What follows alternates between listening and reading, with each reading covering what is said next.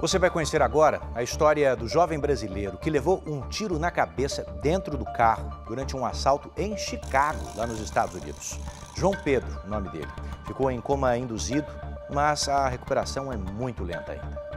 As investigações da polícia não apontaram quem são os atiradores. E agora, além do sofrimento, a família precisa arrumar dinheiro para pagar a reabilitação dele. Disparos num dia de festa. Um jovem baleado na cabeça. Até agora, não se sabe quem são os criminosos. O crime aconteceu em Chicago, Estados Unidos, quase à meia-noite, no dia 4 de setembro. Mas a polícia só disponibilizou as imagens nesta semana. Câmeras de segurança gravaram tudo. 2 homens aparecem numa moto, dentro de um beco. De repente, um deles sai da garupa e atira, faz outros disparos e, em seguida, foge correndo. A única vítima, João Pedro Marquesani, de 23 anos, um estudante brasileiro. Eu falei, não é possível.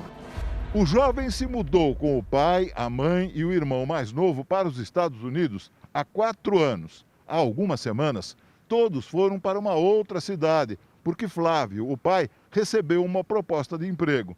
Mas João Pedro resolveu ficar em Chicago para terminar a faculdade de robótica. No ano passado, João começou a namorar Giovana.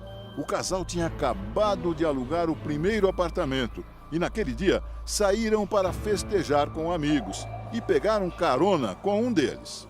E ele foi no banco de trás com a namorada do carro desse amigo dele. Aí, nesse percurso, a namorada do meu irmão notou uma motocicleta seguindo o carro. E quando ele se deu conta, daqui a pouco, além do motoqueiro, chegou outro motoqueiro com um carona atrás. Esse carona desceu e disparou contra o carro.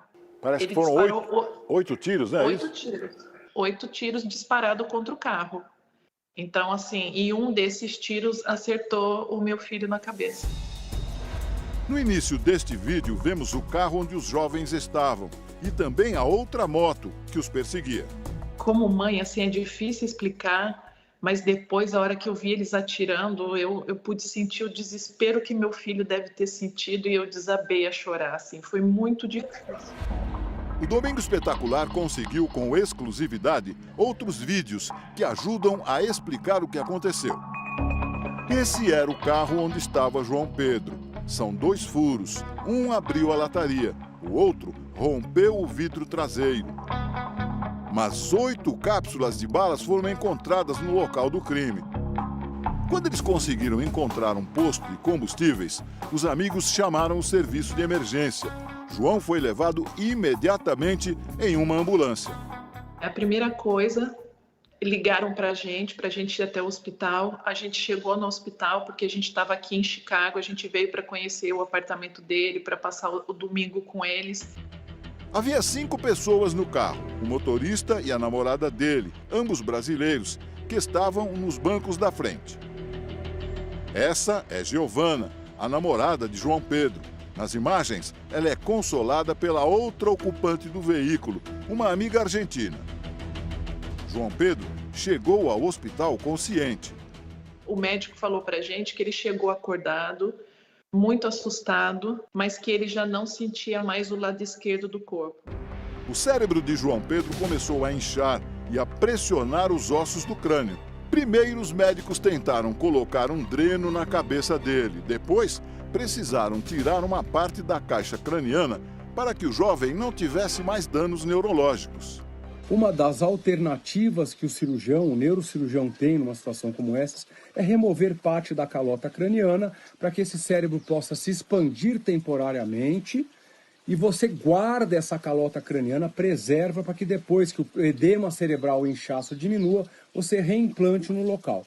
Com isso, você aumenta as chances do paciente de ter uma menor sequela neurológica após o trauma.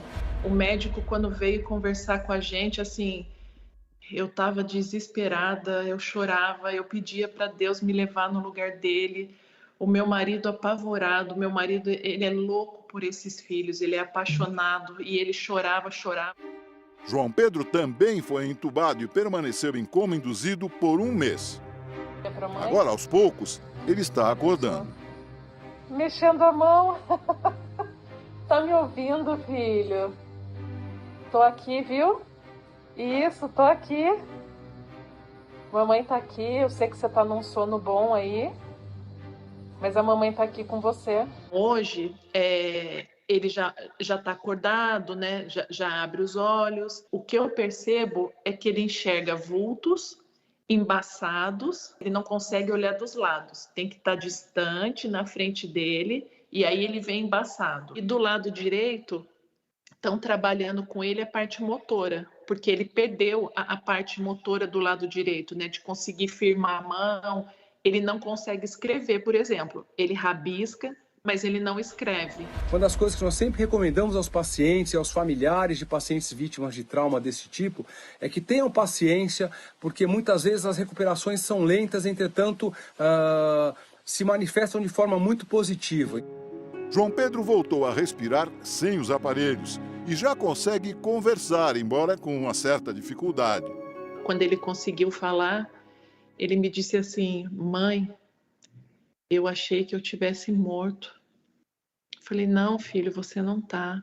E aí ele falou: mãe, me dá um abraço. Aí eu peguei e deitei assim no peito dele. Ele apoiou assim o queixo na minha cabeça e ele falou assim: mãe, eu te amo. Essa foi a primeira vez que eu chorei perto dele. A voz ainda está fraca.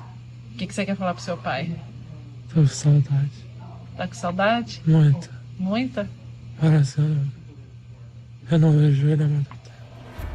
A polícia de Chicago investiga as imagens das câmeras de segurança para ir atrás dos criminosos. São pelo menos 2 pessoas. O condutor usava roupa escura com estampa, capuz e boné. O bandido que atirou estava de laranja. Espero que eles cheguem até esses marginais e que a justiça seja feita. As últimas informações que a gente tem é que eles já sabem aonde os suspeitos, né, estão. Agora, a outra angústia é a financeira.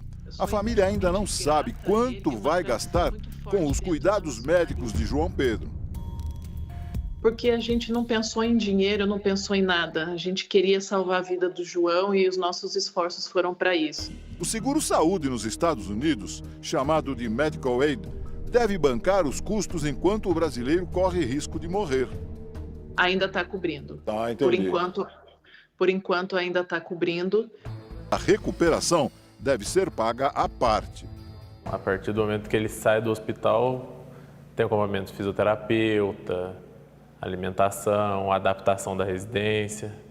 Para ajudar, um amigo da família criou uma página na internet para doações, uma espécie de vaquinha online. Até agora, eles já conseguiram o equivalente a quase R$300 mil. Teremos que dar um jeito, né? Mas a prioridade agora está sendo a vida dele, porque depois o dinheiro a gente corre atrás.